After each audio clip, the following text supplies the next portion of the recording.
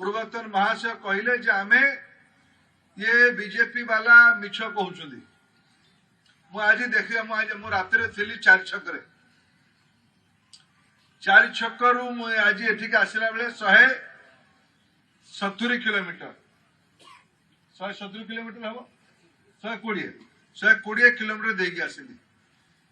120 kilometre रे मु विभिन्न जगार मनीष गली गला भाया पाइप सब पड़ी देखिक आसली आप देखी कि नहीं देखिले ना बोले पचरा कल पाइप कौन प्रद्युम्न भाई ने पचारि सुकांत भाई मो सांगे दिल पचारि ना यहाँ महानदी नयागढ़ जिलू पानी आसब भंजनगर अंचल को पानी आसला आसला कि भाई मैंने पानी से पाइप बाटी पानी आसी कि 24 वर्ष रहिला परे जो माने एटा कुआडे पूर्वतन मुख्यंकर तांको पूर्वज मानकर जन्मस्थान हना नहीं ये भंजनगर तांको जन्मस्थान ना नहीं जी जन्म माटी को पानी मुंदे पहुंचे पारिनी सी कहूँ नरेंद्र मोदी मिछ कथा कहते हिसाब देख जाऊँ गोटे हिसाब आ कुछ दिन पर देवी आउ थे जब राखी अंचल शिशु मंदिर कहबी आप क्षमा करें बेसी राजनीति मुझे करी अल्प टे कहीदे राजनीति लोक डाकिले आप लाभ भी हुए आम विपद भी थाए आम तो कहीदेबू ना आम किए कहले आम कहबू ये आम जिले पाखापाखि 10 लाख महिला को सुभद्रा योजना रे सामिल करा जाय सारी माँ माने सुभद्रा रे पहुंची ना नहीं सुभद्रा रे जोड़ी हेले नहीं माँ माने हाँ तो हुड़ोहली दौना जो माने पहुंची ना योग्य माँ माने तांकु भी जोड़ा ए पर्यंत राज्य रे 80 लाख माँ मान को सुभद्रा योजना रे जोड़ा जाय सारी केवल कागज पत्र नुहे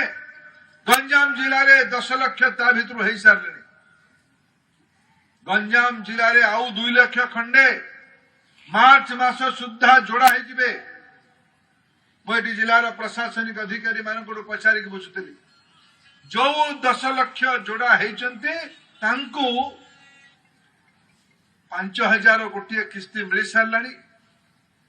माने 10 लाख इंटू 5 केते हला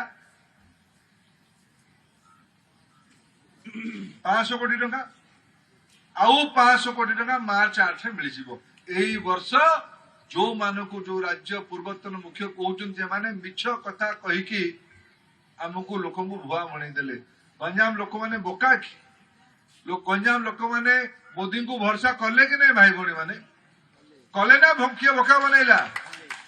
जदि आपण मैंने भरोसा कले गोटे हरिबोल हुड़ोहली करताली देकी आप प्रमाण कर ये गणमाध्यम भाई माने मुखिया को बतैबे जे तांको गृह अंचल रे लोक माने तांको प्रश्न रो उत्तर देले एई जिल्ला रे मां मानकू डबल इंजिन सरकार मोहन माझी का नेतृत्व रे चालुथुवा सरकार नरेंद्र मोदी का आशीर्वाद रे चालुथुवा सरकार ए जिल्ला रे 10 लाख महिला को एई वर्ष 1000 कोटी टंका सुभद्रा योजना रे माँ मानकर हाथ मुठा को टाण करने ऋण नुहे अनुदान दायित्व नहीं भात हांडू गोटे भात चिपुड़ी देखली राजनीति मंच नुहे बेसी भी कहबी ओडिशा को बनवा पड़ो।